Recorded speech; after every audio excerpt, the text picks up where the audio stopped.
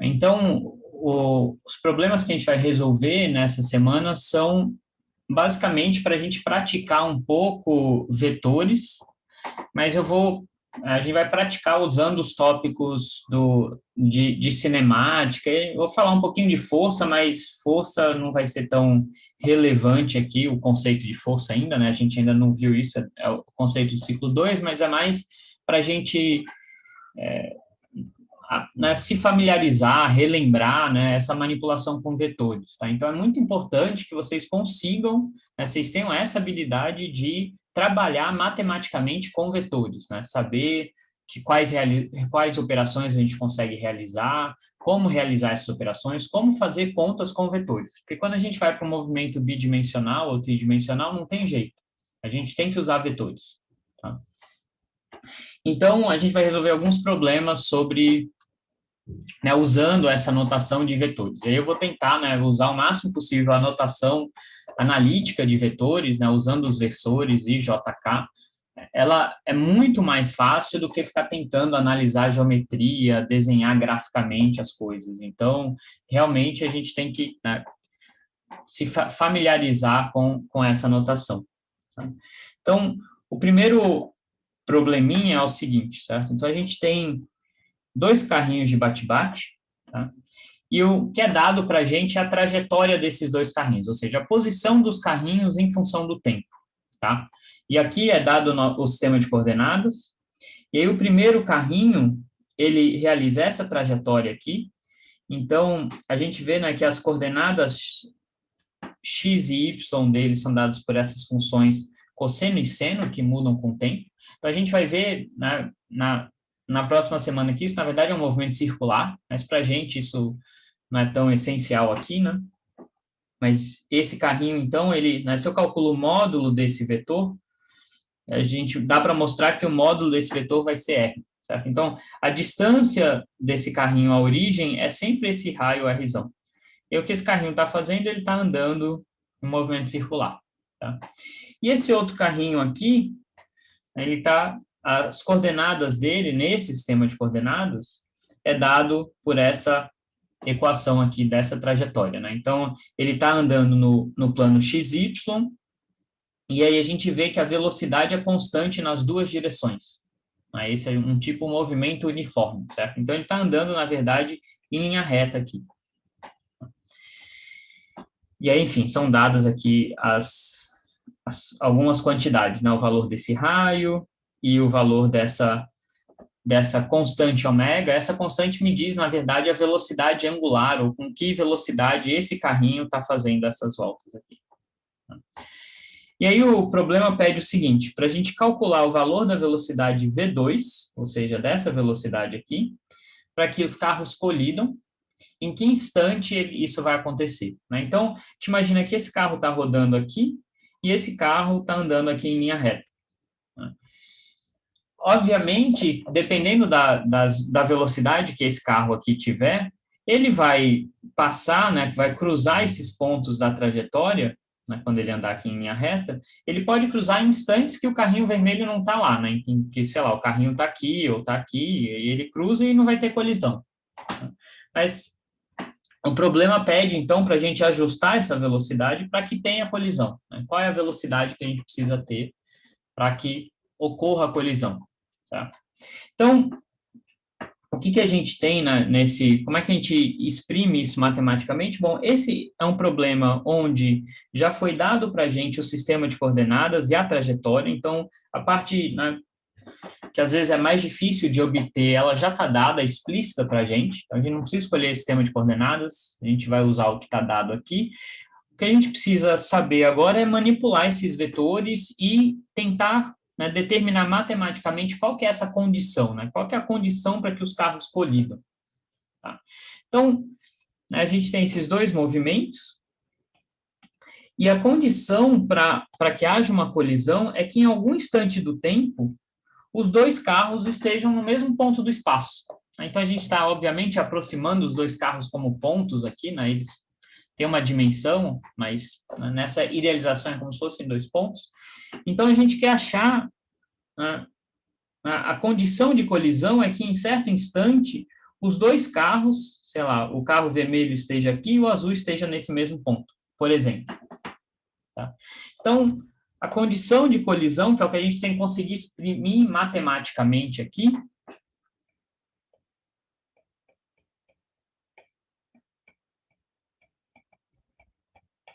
então, a gente vai ter colisão se existe algum instante de tempo, que eu vou chamar de TC, tempo de colisão, ou instante da colisão, em que esses dois carros se encontrem no mesmo ponto de espaço.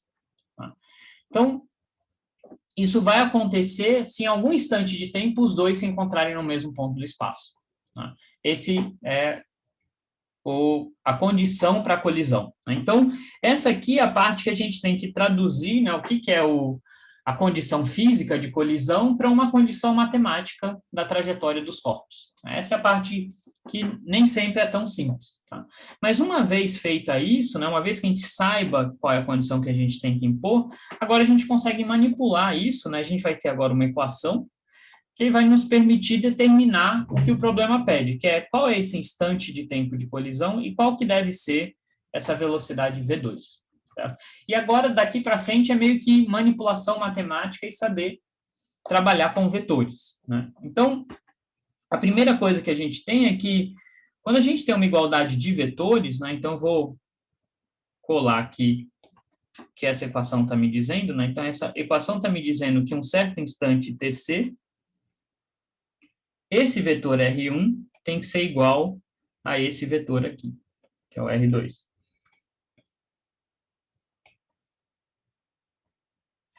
Então, obviamente, isso não vai acontecer para qualquer instante de tempo, vai ter um instante de tempo especial onde eu estou impondo que isso aconteça, eu estou chamando de instante de tempo de TC. Poderia até ser, né, esse TC, a gente vai ver que não é o caso, mas poderia ser até que tem mais de um instante possível. Né? Por exemplo, eles poderiam colidir aqui ou colidir aqui. Seriam duas possibilidades. Certo? Nesse caso, só vai ter uma única solução. Mas, enfim, né, é essa condição que eu tenho para os vetores, então eu escrevi eles em termos das componentes. E aí, quando eu tenho uma igualdade de vetores, significa que cada componente tem que ser igual. Né? Então, essa componente tem que ser igual a essa, e essa aqui tem que ser igual a essa. Certo? Então, na verdade, isso me dá duas equações. Isso me diz que V2TC tem que ser igual a R cosseno de ômega TC, e 2V2TC tem que ser igual a R seno de ômega TC. Tá? Então, eu tenho duas equações e eu tenho duas variáveis que eu quero determinar, que é a velocidade e esse tempo. Tá? Então, são essas duas variáveis que eu quero determinar. Eu tenho duas equações e, em princípio, eu consigo resolver. Tá? O que é meio chato nesse problema é que ele envolve cossenos e senos, né? Então, em geral, é meio ruim manipular essas equações com cossenos e senos, mas, enfim, tem diferentes maneiras de fazer isso. Uma delas, por exemplo, é dividir as duas equações, né? Se eu dividir a equação 2 pela equação 1, isso aqui é só uma maneira de encontrar essas soluções TC e V2, né? Se eu fizer essa divisão, a vantagem é que quando eu divido essa equação, ou esse lado por esse, né, esse V2TC vai cancelar, certo? Então, isso vai me permitir eliminar essa variável V2 da minha equação. Né? Então, no lado esquerdo, eu vou ter simplesmente 2, né, que vai ser isso daqui dividido por isso daqui. E no lado direito, os R se cancelam, eu vou ter seno de ômega TC sobre cosseno de ômega TC, que nada mais é do que tangente de ômega TC. Então, agora eu tenho, né, uma condição, com esse truque de dividir as equações, eu consigo eliminar o V2, e eu tenho uma condição para calcular o meu tempo TC, certo? Então, o meu tempo TC, né, se eu aplicar, né, a função arco tangente, né, o inverso da tangente, eu vou ter que o arco tangente de 2 tem que ser igual a ômega TC, e, portanto, TC tem que ser igual a 1 sobre ômega arco tangente de 2. E aqui sempre vale a pena a gente analisar, a gente chega numa resposta dessa, né? A gente analisar, será que faz sentido em termos de unidades? Né? Arco tangente de 2 é um número, mas não tem unidades. Ômega tem unidades de radiano por segundo, radiano é uma grandeza adimensional, então tem unidades de 1 sobre segundo. Né? Então, 1 sobre ômega tem unidades de 1 sobre segundo, tem unidade que é a unidade de segundo. Então, está consistente, né? Pelo menos em termos de unidades, a gente consegue verificar que a nossa resposta está consistente, a gente não cometeu um erro mais grave. Né? E aí eu tenho o valor de ômega, é dado aqui, né? É 2 radianos por segundo. Então, eu consigo calcular, né, com uma calculadora, arco tangente de 2, certo? Isso aqui vai dar, então, aproximadamente 0,55 segundos. Então, eu consegui já determinar o tempo de colisão. Né? Então, dessas duas variáveis aqui, eu já consegui calcular o tempo de colisão. Eu posso jogar aqui e calcular a velocidade, certo? Eu vou fazer isso de uma maneira um pouco mais, enfim, um pouco mais limpa no sentido de me permitir chegar numa equação analítica mais bonitinha, que é, eu vou pegar essa equação ao quadrado e somar com essa equação ao quadrado. A vantagem disso é que quando eu somo essa ao quadrado com essa ao quadrado, eu vou ter um cosseno ao quadrado mais seno ao quadrado, que vai dar 1. Então, eu vou eliminar essas funções seno e cosseno. Certo? Então, me ajuda também a simplificar matematicamente. Mas são só truques matemáticos para a gente chegar na resposta. A gente poderia chegar por outro caminho também. Então, se eu faço isso, né, no lado esquerdo eu vou ter V2 ao quadrado, TC ao quadrado, mais 2V2TC ao quadrado, e no lado direito eu vou ter isso ao quadrado mais isso ao quadrado, que dá R ao quadrado. Então, daqui, né, eu vou ter aqui um 4 mais 1, eu vou ter 5 V2 ao quadrado, TC ao quadrado, igual a R ao quadrado. Então, daqui eu tiro que V2 vai ser igual a R sobre TC, 1 sobre raiz de 5. Tá? Então, achei também a velocidade. Tá? E aqui a gente também pode analisar as unidades. Né? O R tem dimensão de comprimento, T de tempo, né, de segundos. Então, isso aqui dá metros por segundo, como deveria ser. Então, se a gente faz essa conta, isso dá aproximadamente 2,42 metros por segundo. Então, essa seria a velocidade necessária para os carrinhos colidirem e em que instante eles vão colidir. Então, se eu tenho a trajetória, eu consigo determinar essas grandezas.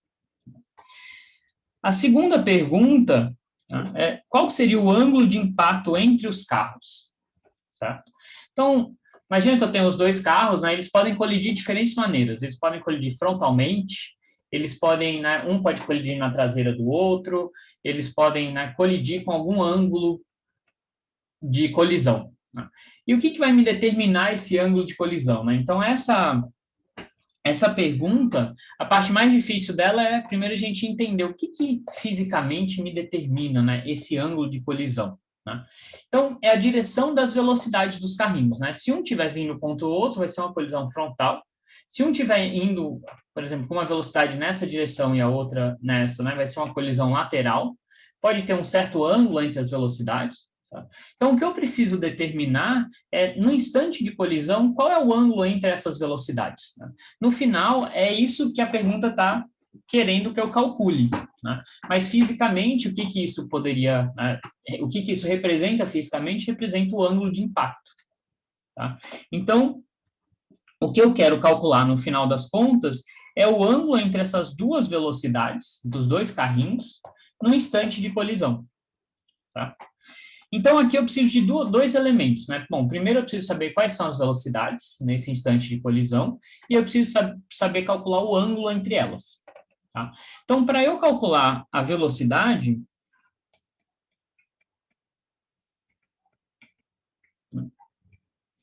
por exemplo, do carrinho 1, isso aqui é a derivada da posição do carrinho 1 com relação ao tempo. Tá? E aqui, né, para quem ainda está vendo derivada, aceita um pouco a resposta por enquanto, depois vocês vão conseguir calcular isso, né, de maneira mais simples, ou vai ficar mais familiar para vocês, mas é assim que a gente consegue determinar essas velocidades. E essas velocidades para qualquer instante de tempo. Né? Eu conheço quais são essas funções aqui, eu consigo determinar essas velocidades para qualquer instante de tempo. E aí a gente viu que se eu tiver dois vetores, o ângulo entre esses dois vetores eu posso calcular usando o produto escalar dos dois vetores. Tá? Então, se eu tenho os dois vetores escritos em componentes, né, escrito em termos dos vetores I, J, K, eu consigo facilmente fazer o produto escalar e aí determinar o ângulo entre eles. Tá? Então, a gente viu que o ângulo entre dois vetores é dado pelo produto escalar entre os vetores, dividido pelo módulo, ou produto do módulo dos vetores. Então, quando eu escrevo o vetor sem setinha, significa o módulo deles. Tá? E eu quero tudo isso aqui calculado em t igual a tc, que é o instante da colisão. Em outros instantes, as velocidades vão ter outros ângulos, mas a gente não está interessado, a gente está interessado no instante da colisão. Tá? Então, essas contas que a gente tem que fazer, a gente tem que calcular essas derivadas e depois fazer o produto escalar. Tá?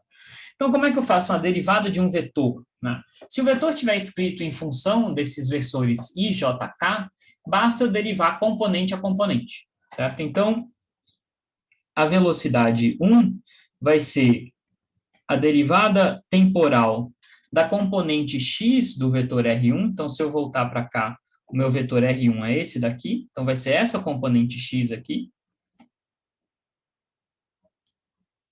Então, tem que fazer a derivada temporal dessa componente x vezes o versor i, mais a derivada temporal da componente y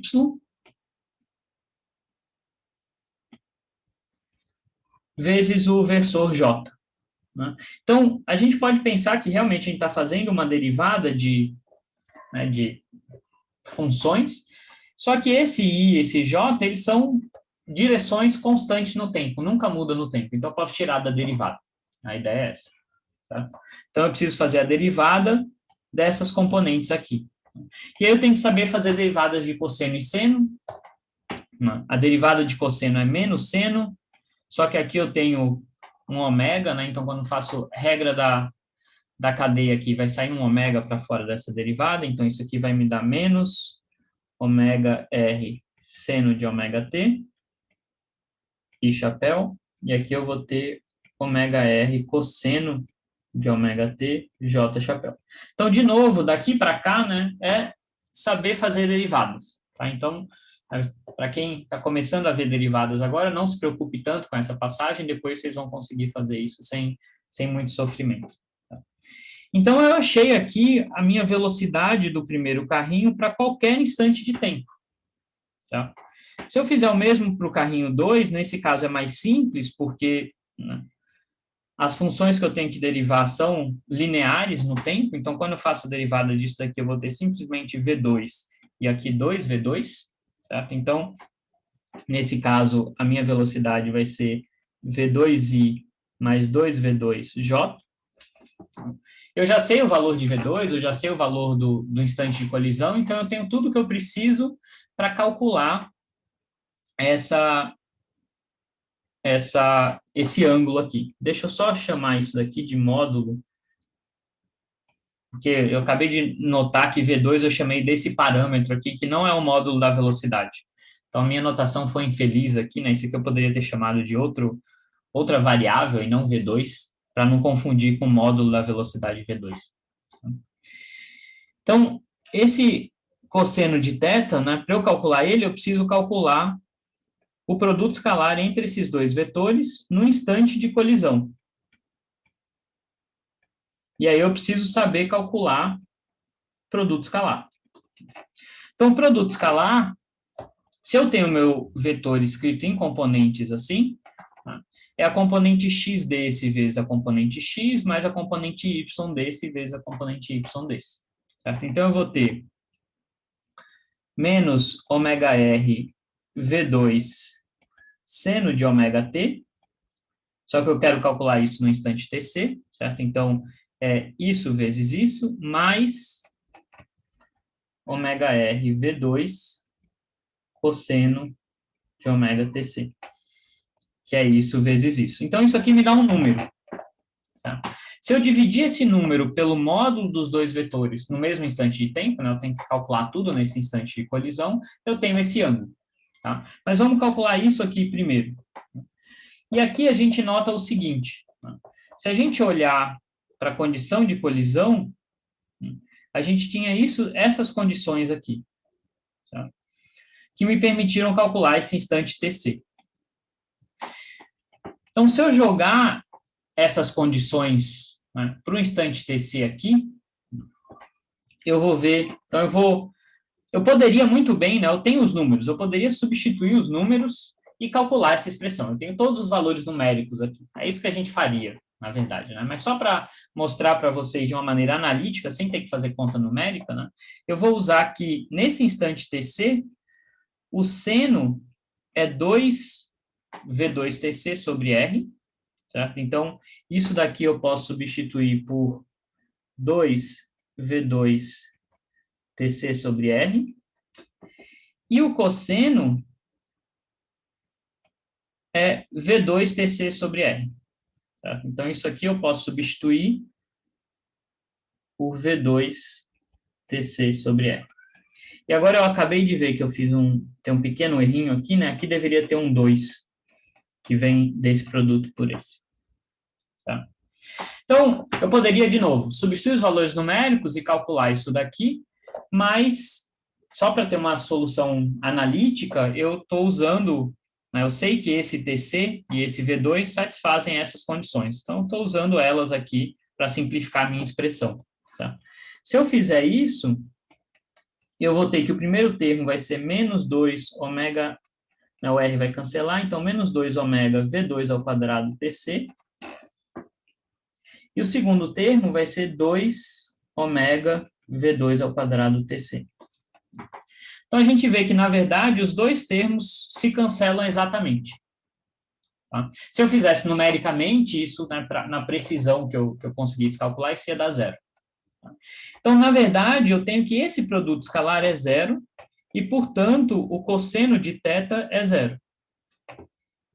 Não interessa se eu dividir pelos módulos dos vetores, continua sendo zero. Tá? Então, que ângulo que me dá que ângulo que me dá um cosseno de zero é o ângulo de 90 graus. Então, θ vai ser igual a π sobre 2. Então, essa colisão acontece com um ângulo de 90 graus. Certo? Então, um carrinho bate com o outro exatamente no ângulo de 90 graus. E, nesse caso, a gente poderia até ter visualizado isso daqui, porque essa trajetória do carrinho azul, ela passa pela origem, certo? Quando t for zero, esse carrinho azul vai estar aqui na origem, certo? Então, a trajetória, como ele anda em linha reta, né, é uma trajetória aqui assim. Tá?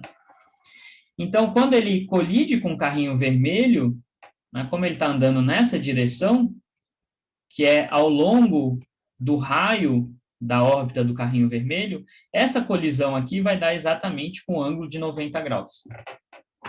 Tá? A gente poderia, fazendo o desenho, intuir isso, mas é muito melhor a gente fazer o cálculo analítico para ter certeza de que a gente não está assumindo nada errado.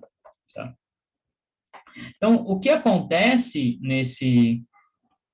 aqui só para a gente visualizar exatamente o que está acontecendo, né, o que vai acontecer é que aqui eu estou substituindo os valores numéricos e aí plotando graficamente, certo? Então, o meu carrinho, na verdade, eu fiz uma péssima escolha de cores aqui, eu inverti as cores dos carrinhos, mas tudo bem, né? Então, esse carrinho aqui está andando na trajetória circular, e esse daqui, né, no t igual a zero, ele está na origem, e aí ele sai andando para cá, e aí ele colide, os dois carrinhos colidem nesse ponto aqui, e a gente vê que a velocidade do carrinho vermelho de fato está para cá, do azul está para cá, e de fato elas formam um ângulo de 90 graus.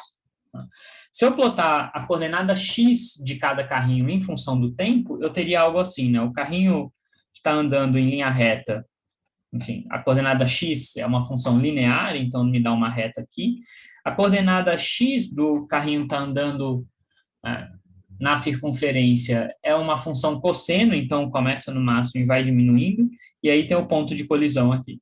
E a coordenada y também, o carrinho está andando em linha reta, está andando ao longo dessa reta aqui, e o carrinho que está andando em trajetória circular vai ser uma função seno, que vai, aqui mal dá para ver, né, mas ela está crescendo e aí chega um ponto de colisão.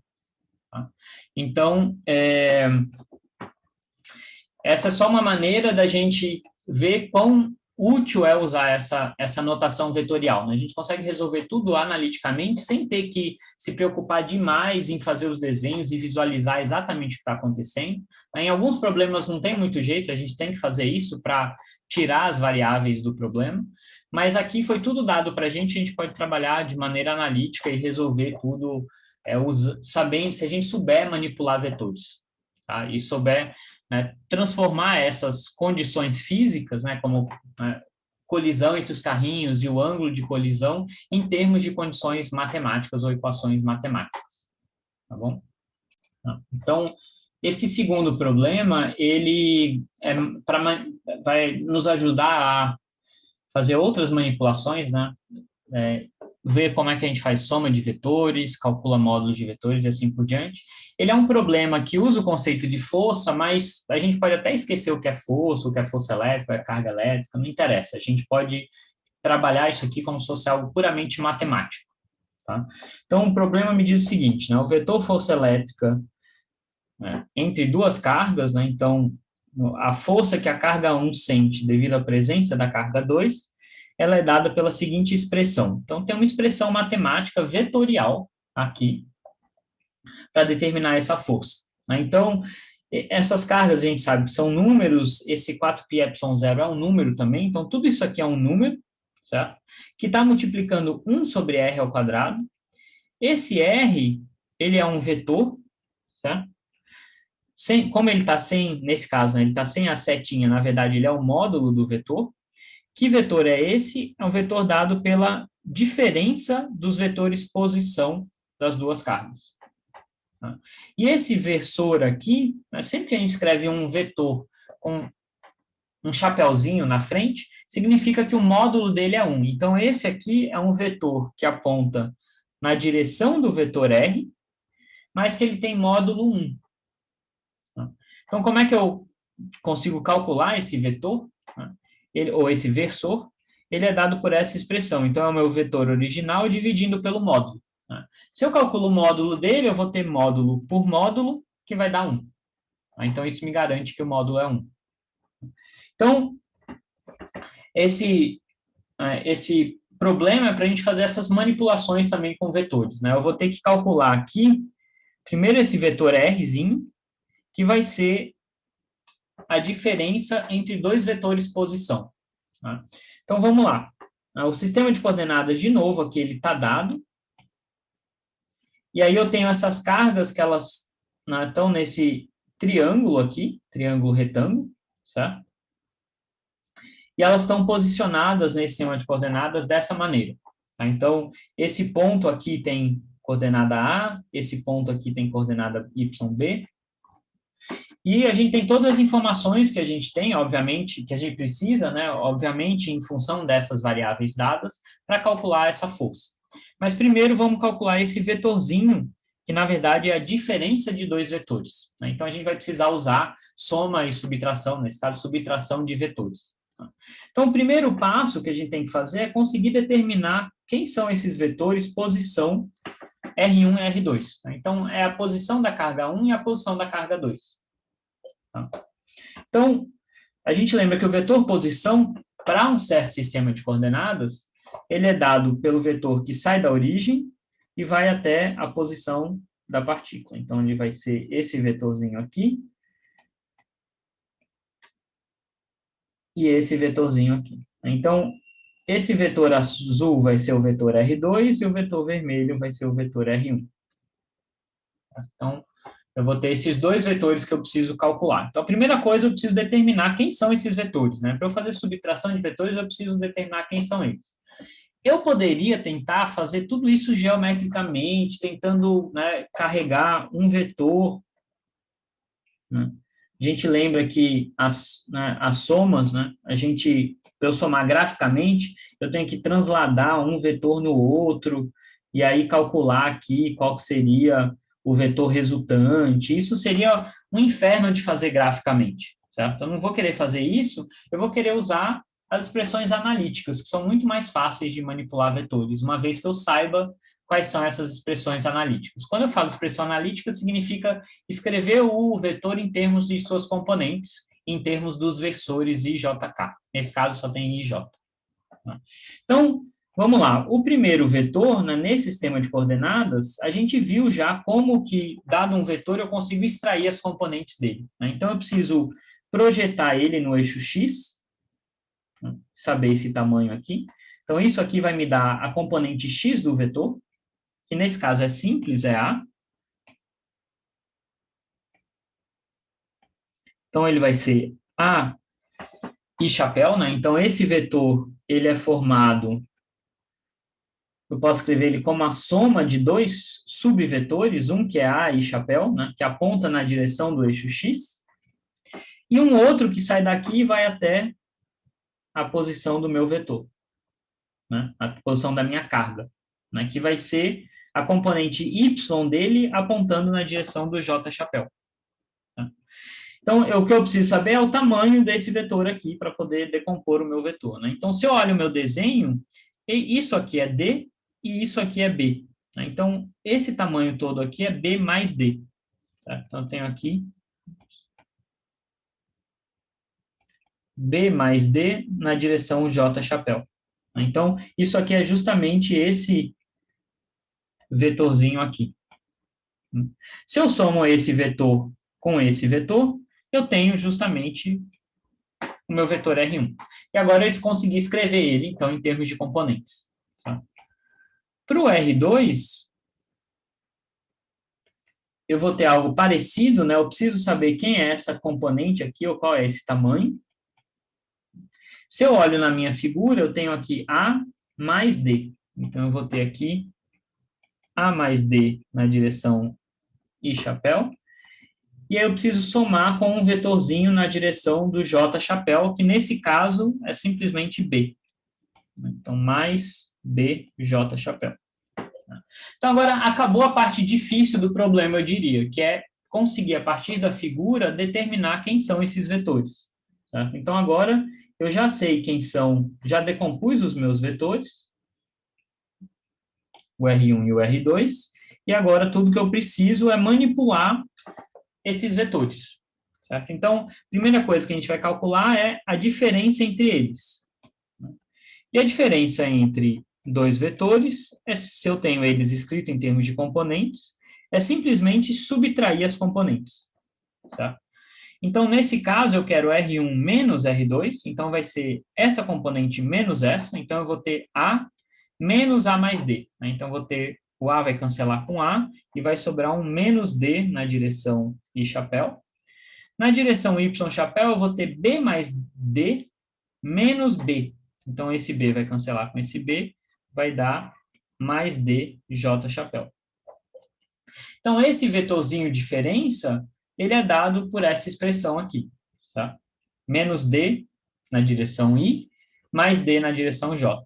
Se eu quisesse desenhar ele graficamente aqui, né, notem que aqui eu tenho justamente D e aqui eu tenho justamente D. Né, então, esse vetorzinho, diferença, eu poderia representar ele na minha figura dessa maneira aqui. Esse tamanho é D, e ele está apontando na direção menos I. E esse tamanho aqui é D, e ele está apontando na direção J. Então, ele é justamente esse vetor aqui, que sai de uma carga e aponta para outra. Tá? Então, isso faz sentido, porque a gente sabe que a força elétrica entre duas cargas, ela está na linha que une as duas cargas, ela aponta nessa direção. Tá? Como aqui as duas cargas são positivas, essa vai ser uma força repulsiva, e a gente sabe, então, que a carga 1 vai sentir uma força nessa direção aqui, ela vai tentar ser repelida pela carga 2, ao longo dessa linha aqui que une as duas cargas. Então, ter calculado esse vetor Rzinho já me permitiu determinar essa direção de maneira analítica. tá? Se eu quiser representar graficamente, eu posso, mas isso aqui, né, me carrega muito mais informação. Tá? Então, primeira parte do problema é relativamente simples, a gente já fez. Segunda parte é justamente calcular esse vetor força, né? Então, fisicamente, a gente sabe que o vetor força deveria ser um vetor nessa direção aqui, que está repelindo a carga Q1 ao longo dessa linha que liga Q1 e Q2, certo? Então, né, matematicamente, isso é expresso justamente por esse vetor Rzinho. Tá? Mas vamos lá, então, o que a gente precisa calcular esse vetor força? Bom, tudo isso daqui é um número, não interessa, né? Vou multiplicar no final. Eu preciso calcular o módulo, então, esse Rzinho é o módulo do meu vetor R, que eu acabei de calcular, preciso calcular o módulo do vetor. E esse Rzinho chapéu é justamente o vetor dividido pelo módulo dele, certo? Então, vamos lá. Vamos primeiro calcular o módulo do vetor R. Então, quando eu escrevo o meu vetor sem setinha, normalmente, eu estou querendo representar o módulo desse vetor, e a gente lembra que o módulo é a raiz quadrada da componente x ao quadrado, nesse caso é menos d ao quadrado, mais a componente y ao quadrado, que nesse caso é d ao quadrado.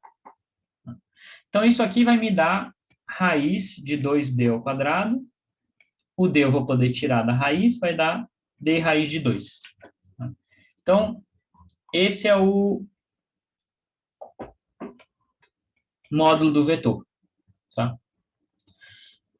Então, deixa eu voltar um pouquinho, porque teve uma pergunta, né? Por que esse d aqui é negativo? Tá? Ele é negativo, deixa eu fazer, talvez eu tenha feito rápido demais essa subtração. Tá? Como é que eu faço subtração entre dois vetores? Certo? Então, o R1 menos o R2, isso aqui vai ser componente x do meu vetor R1 menos componente x do meu vetor R2 na direção i chapéu, mais componente y do R1 menos componente y do R2 j chapéu. E o sinal de menos aqui, né, ele segue esse daqui. Então, se é R1 menos R2, vai ser componente x do 1 menos componente x do 2. Tá? Então, nesse caso, né, a componente x do 1 menos a componente x do 2, estou representando assim, né? Eu poderia talvez escrever isso de maneira mais direta, como x1 menos x2, né? São as componentes x desses vetores, mas vou escrever dessa maneira que eu escrevi aqui. Quem que é a componente x do 1? É a, certo? Então, isso aqui vai ser a, menos quem que é a componente x do 2? É a mais d, menos a mais d. Certo? Então, isso aqui vai ser a menos A, menos D. Certo? Então, os A's cancelam, fica aqui menos D, na direção I chapéu. Tá?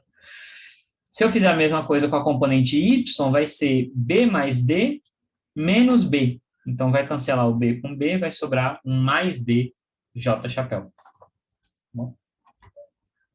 Então, é assim que a gente faz subtração de vetores. Né? A gente subtrai componente por componente, e a gente, enfim, tem que tomar cuidado quem está subtraindo de quem, né? Se é R1 menos R2 ou R2 menos R1, vai ter um sinal de diferença aí.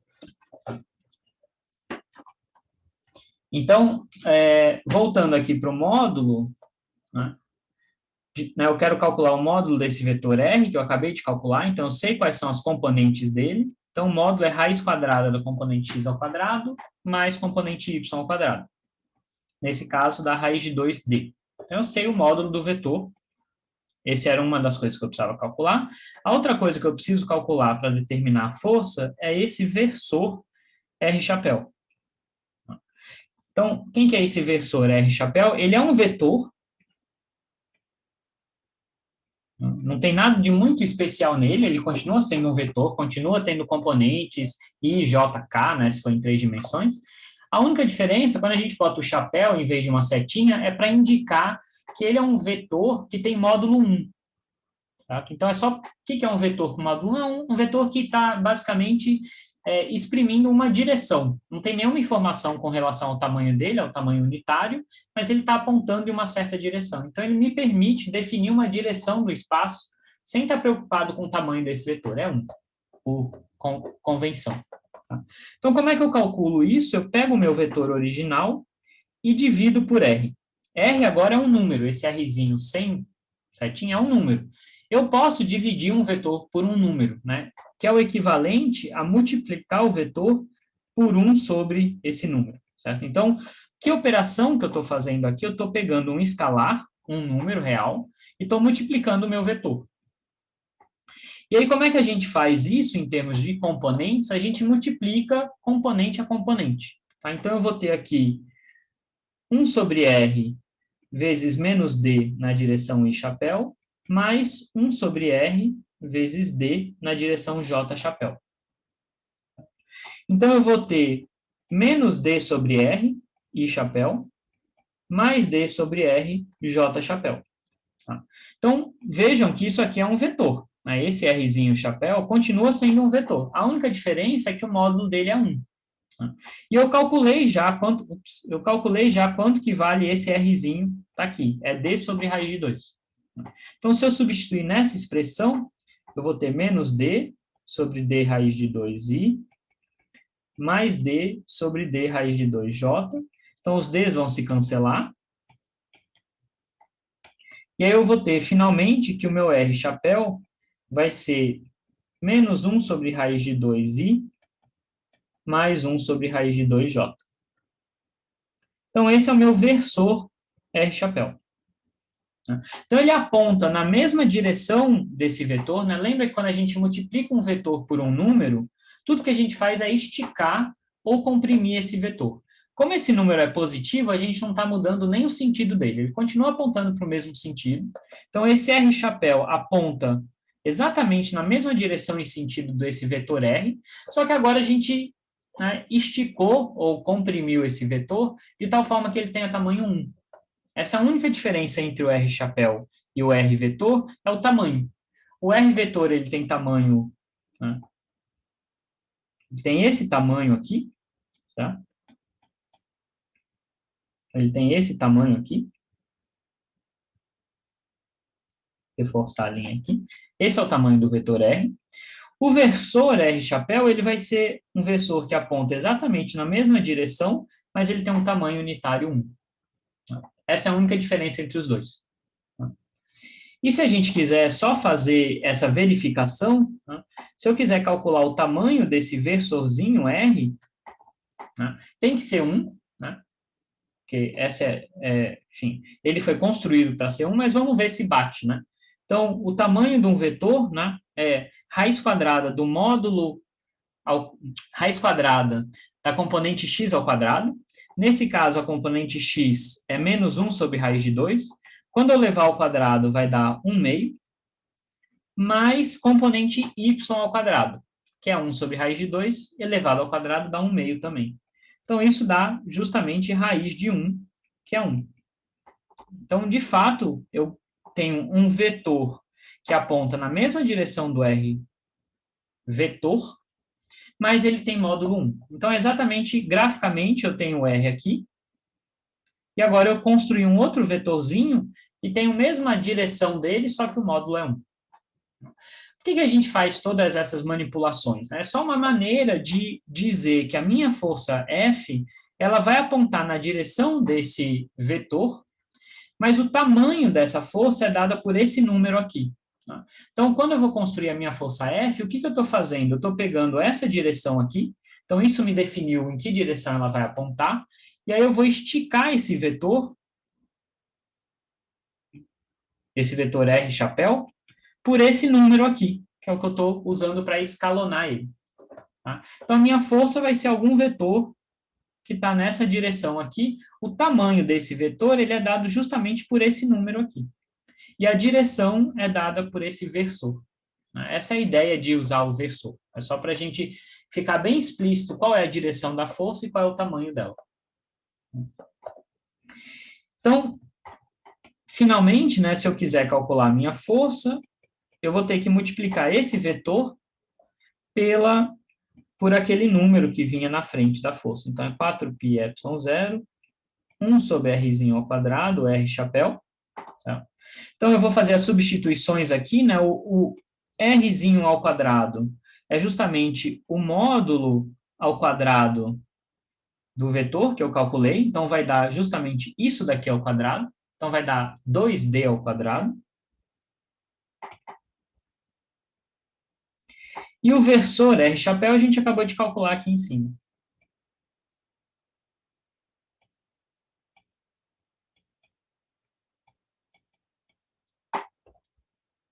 Certo? Então, a minha força, deixa eu só copiar isso daqui para a gente poder manipular um pouquinho mais ela. A resposta já está dada, eu só vou simplificar um pouco. Eu posso escrever isso como Q1 sobre Q2, dividido por 8π epsilon 0, 1 sobre d ao quadrado, menos 1 sobre raiz de 2i, mais 1 sobre raiz de 2j.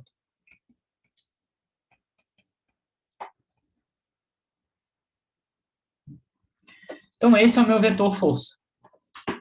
Tá aqui, né? Eu tô dando meu vetor completo em termos das componentes, né? Se eu quisesse, né? A componente x, quando a gente coloca esse número em evidência, significa, né? Deixa eu escrever isso mais explicitamente ainda, isso seria menos Q1, Q2 sobre 8π epsilon 0, 1 sobre d quadrado, 1 sobre raiz de 2 e chapéu. Essa toda é a componente x, né? Quando eu coloco esse número em evidência, só para simplificar a minha expressão, mas significa que é isso vezes isso, mais isso vezes isso, né? Então, e aqui eu teria Q1, Q2, sobre 8π epsilon 0, 1 sobre d quadrado, 1 sobre raiz de 2, j chapéu. Então, essa seria a componente y da minha força. Tá? Então, esse é o vetor força, né? Por construção, ele vai apontar na mesma direção desse vetor aqui. A única diferença da força para esse versor é um número. Né? Como esse é um número positivo, ele vai apontar exatamente na mesma direção. Então, ele vai estar justamente apontando na direção desse versor Rzinho, que também aponta na mesma direção desse vetor R. Então, de fato, a minha força vai estar nessa direção aqui.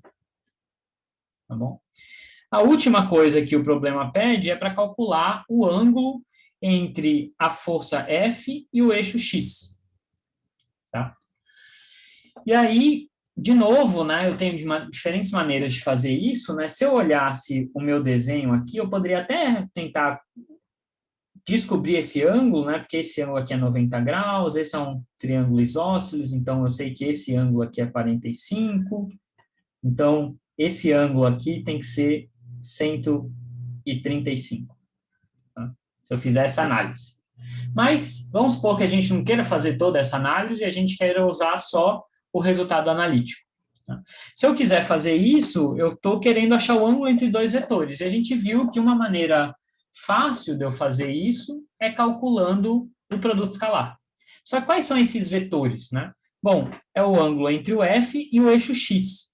Mas o eixo X, ele aponta na direção justamente I chapéu. Né? Então, em outras palavras, eu quero o ângulo entre F e o vetor I chapéu. Certo? Então, para eu calcular esse ângulo, eu posso fazer, de novo, posso usar o produto escalar, dividido pelo módulo desses vetores. Né? O módulo do I chapéu, por construção, é 1, porque ele é um versor. Né? Então, basta aqui que eu divida pela força F. Tá? Então, isso vai me dar o ângulo entre os dois vetores. Tá? Então, vamos fazer essa continha, né? O que é o vetor? Às vezes a gente pode ficar meio confuso, né? Quem que é esse vetor I chapéu? Ele é um vetor que tem componente 1, I chapéu, mais 0, J chapéu. Tá? Se quiser deixar bem explícito, ele tem componente 1, 0. Tá? Então, quando eu for fazer o produto escalar, eu vou multiplicar a componente x da f por 1 e a componente y por 0. Então, isso daqui vai me dar nada mais, nada menos do que a componente x da força, dividido pelo módulo dela. E é isso. A componente y não contribui porque eu vou ter componente y vezes 0 aqui, quando eu for fazer o produto escalar. Né? Lembra que o produto escalar é componente x de um vetor vezes a x da outra, então vai ser componente x do f vezes a x do I chapéu. mais componente y do f vezes a y do i chapéu, que é zero. Então, só tem o primeiro termo nesse caso.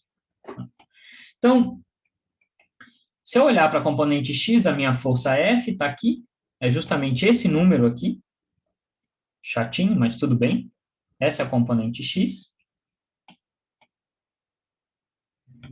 E quem que é o módulo?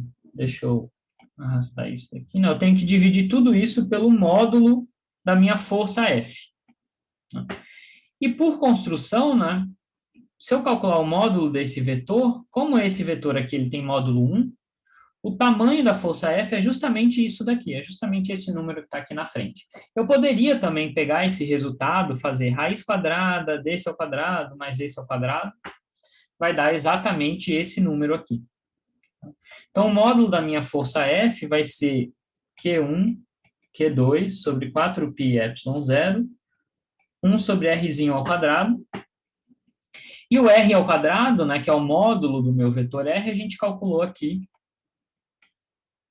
é raiz de 2D. Então, aqui, esse Rzinho vai ser raiz de 2D ao quadrado, que vai dar 2D ao quadrado. Então, essa conta vai simplificar um monte, né?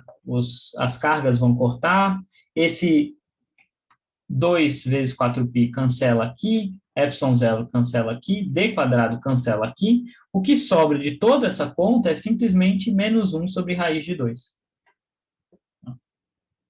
Então, eu tenho que o cosseno do ângulo entre a força F e o eixo x, né, que aponta nessa direção, é simplesmente menos 1 sobre raiz de 2. Se eu multiplicar por raiz de 2 em cima e embaixo, vai me dar menos raiz de 2 sobre 2. E aí eu tenho que saber qual é o ângulo cujo cosseno me dá isso daqui. E eu tenho que aplicar, portanto, o arco cosseno desse valor. Se eu fizer isso, eu vou ter que esse ângulo vai ser exatamente 3π sobre 4, que é igual a 135 graus. Então, sem ter que fazer desenho nenhum, sem ter que analisar a geometria do problema, eu consigo calcular esse ângulo. Tá?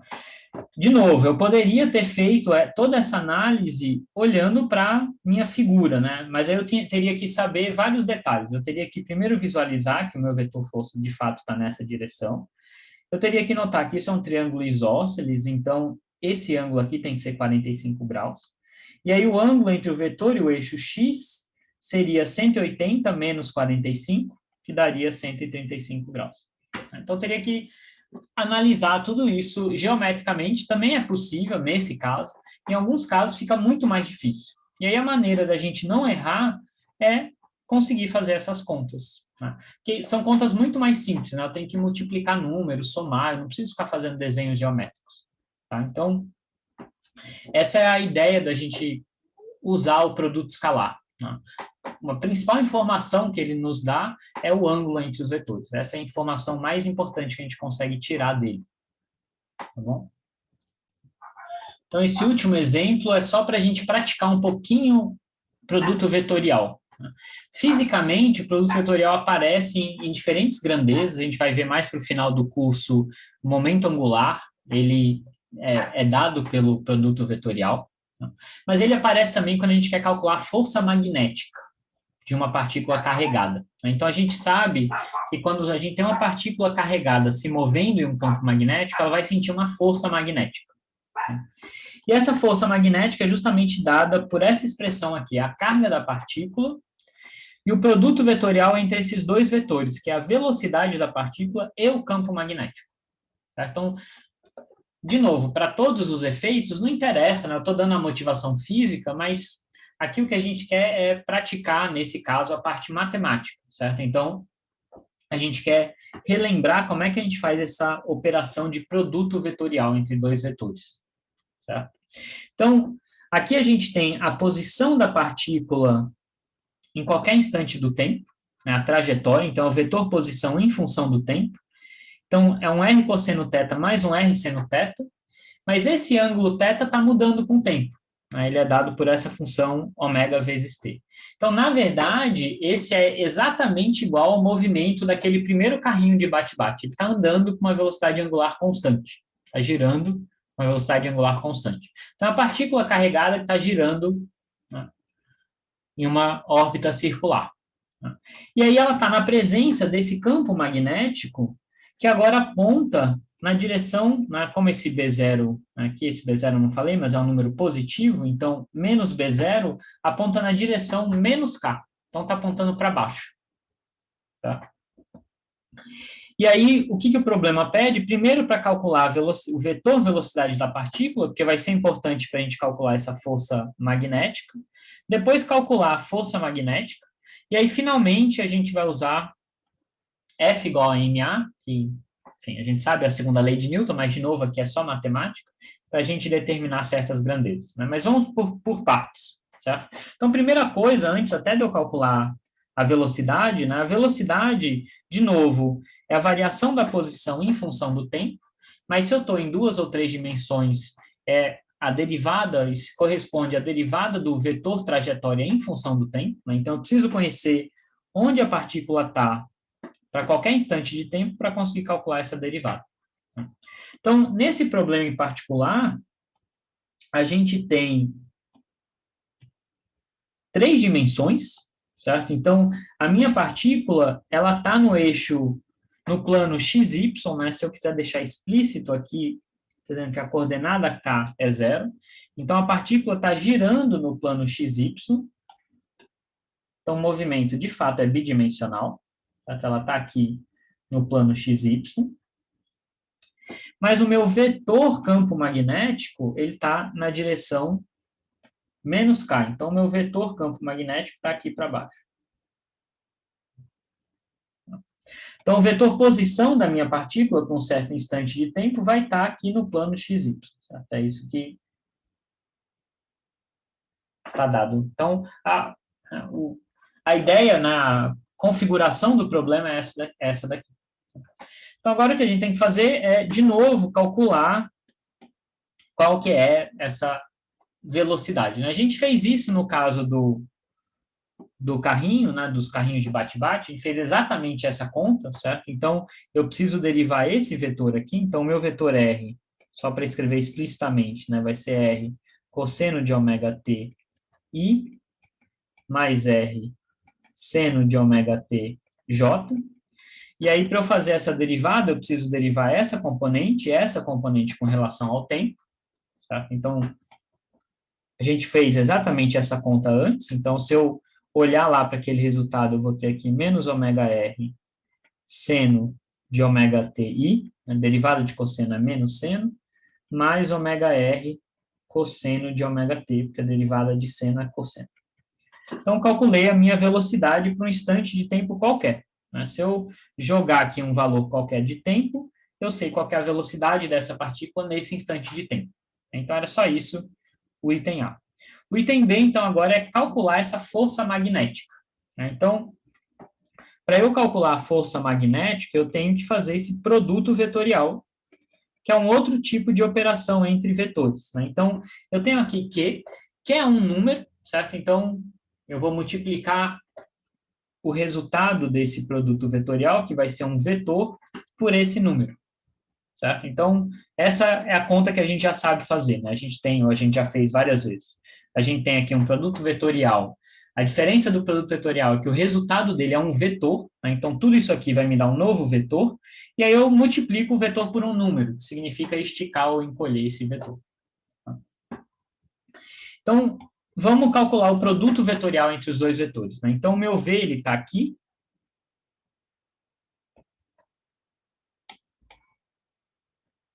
E o meu B é simplesmente menos B0 caixa prata. Então, tem que fazer o produto vetorial entre esses dois vetores. E aí, o produto vetorial, assim como o produto escalar, tem diferentes maneiras de calcular esse produto vetorial, certo? O que a gente tem que sempre manter em mente e reforçar é que o resultado do produto vetorial é um vetor. Então, a conta que eu fizer, no final das contas, isso aqui vai ter que ser algum número vezes o versor i, mais outro vezes o versor j, mais outro vezes o versor k. Certo? Então, vai ter que ser um vetor, não é um número. Né? Então, como é que eu posso calcular isso daqui? Tem diferentes maneiras, né? Talvez vocês tenham visto uma maneira usando um determinante. Eu gosto de usar uma maneira que eu acho mais direta, que é realmente escrever isso como se fosse um produto, quase que um produto usual, certo? Então, eu quero pegar esse vetor aqui, eu quero fazer o produto vetorial por menos B0 K chapéu. Então, essa é a conta que eu preciso fazer. O que eu preciso tomar cuidado é justamente com esse operador aqui, que é o operador de produto vetorial. E o produto vetorial, ele é distributivo, então eu posso, para fazer essa conta, eu posso fazer esse produto vetorial com esse, mais esse produto vetorial com esse. Tá?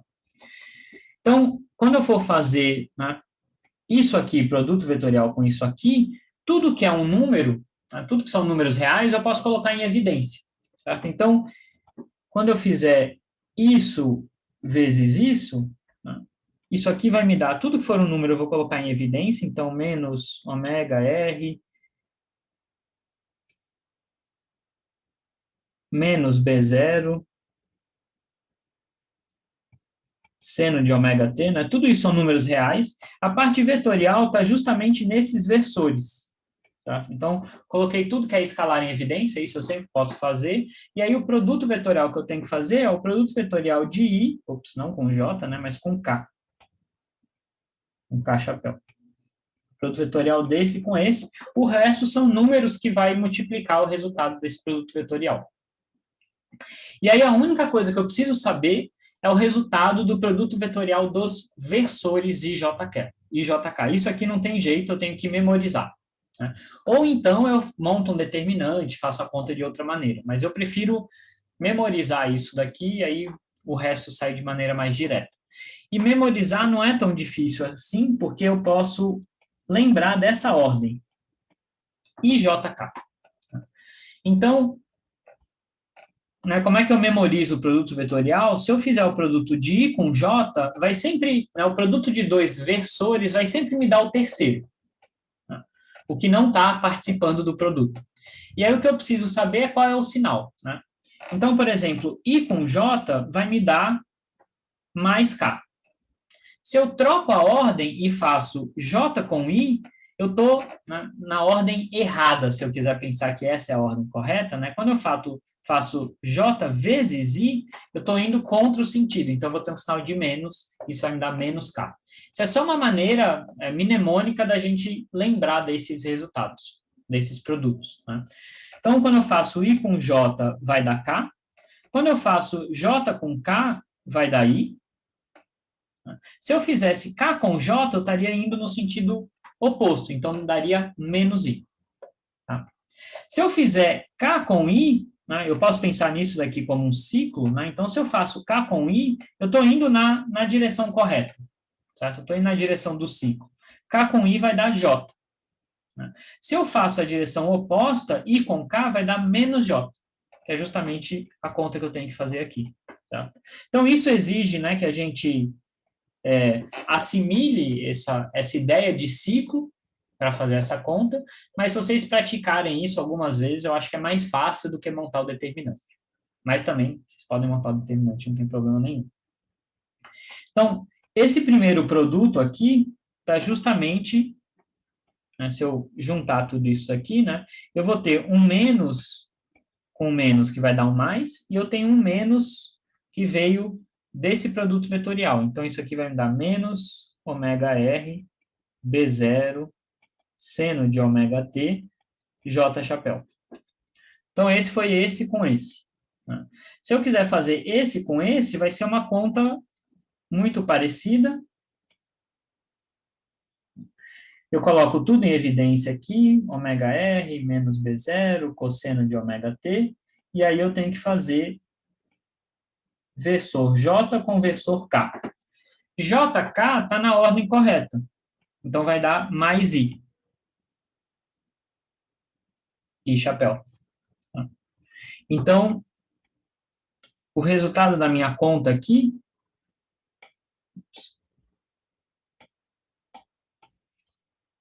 vai ser menos ômega R B0, cosseno de ômega T e chapéu.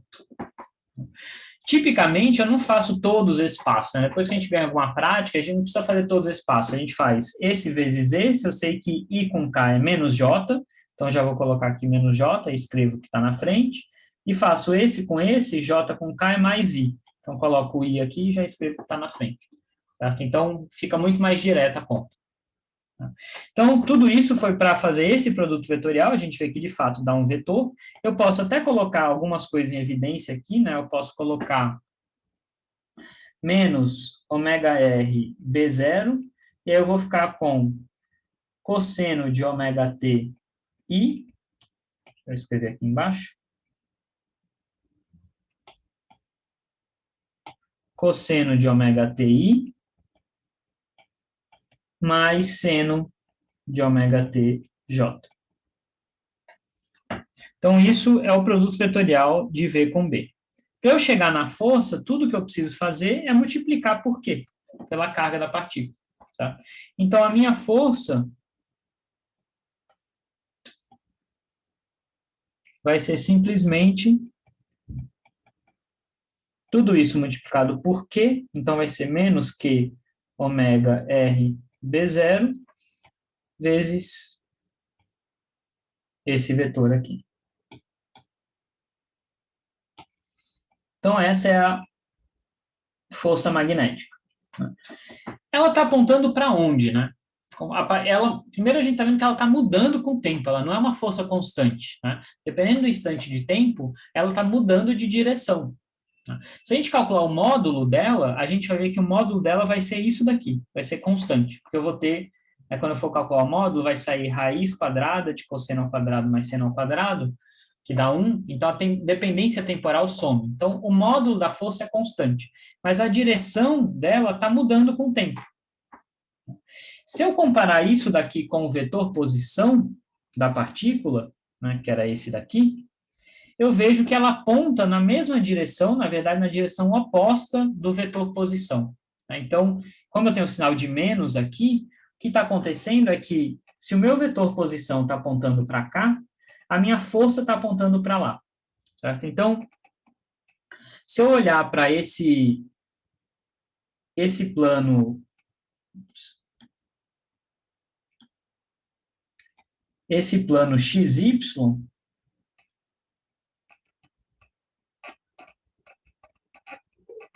o que acontece é que, né, a minha partícula vai estar aqui numa trajetória circular. Em um certo instante de tempo, a posição está apontando para cá, e a força está apontando na direção oposta, está apontando para a origem.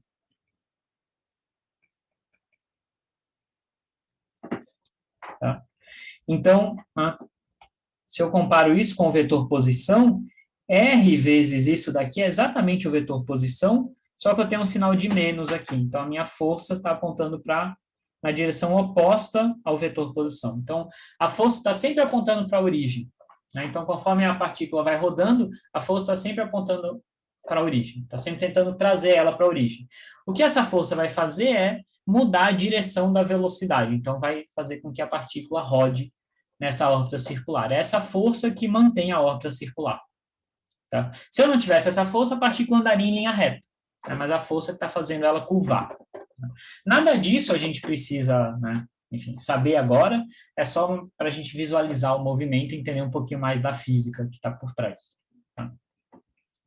E aí o último problema é, né, dado, então a gente nem precisa saber a segunda lei de Newton, né, mas dado que a força é massa vezes aceleração, para a gente determinar essa constante aqui, não deveria ser ômega zero, deveria ser só ômega, ômega em função de B0. Tá? Então, eu tenho aqui a força, a gente pode pensar, né, matematicamente, eu tenho aqui a força e eu quero igualar ela com massa vezes aceleração. Como é que eu determino a aceleração da partícula? Tá? De novo, eu posso fazer a derivada da velocidade com relação ao tempo.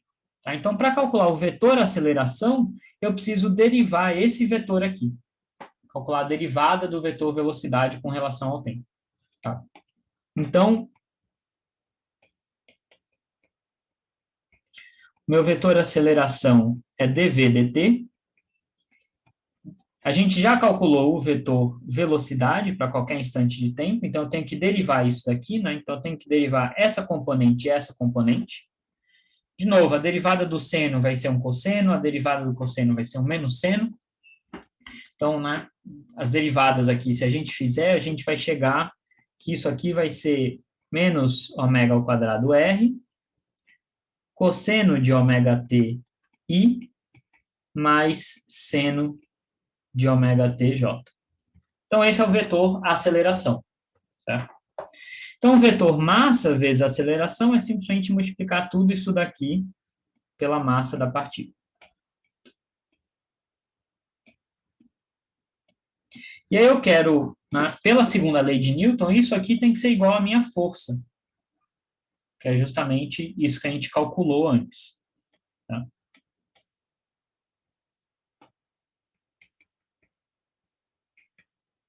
Então, essas duas coisas têm que ser iguais. A gente vê que os vetores são basicamente iguais, porém, para eles serem iguais, isso daqui tem que ser, né, esse número aqui tem que ser igual a esse número aqui.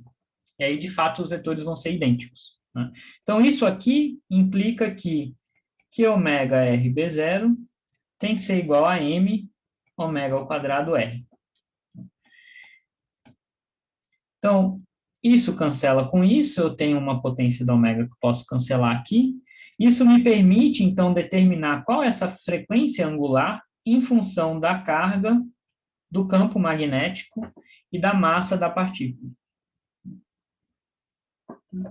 Ou seja, se eu souber, né, que é força igual a massa vezes a aceleração, eu consegui calcular a força da partícula, consigo calcular a aceleração.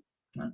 Se eu igualo as duas coisas, eu vejo que, na verdade, essa velocidade angular, né, lembra que a velocidade angular está me determinando o quão rápido a partícula gira, ela é dada pelo campo magnético, né, vezes a carga da partícula dividido pela massa.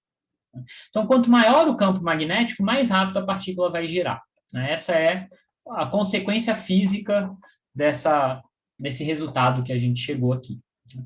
E se o campo magnético for fixo, quanto maior a massa da partícula, mais lentamente ela vai girar.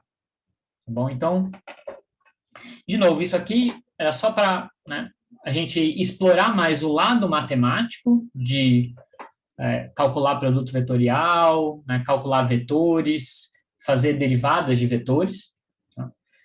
Mas né, usando exemplos físicos importantes que realmente, onde a gente realmente precisa dessas operações, né? Não é algo, uma definição matemática totalmente inútil, elas têm diversas aplicações na física, só dei alguns exemplos simples aqui, tá bom?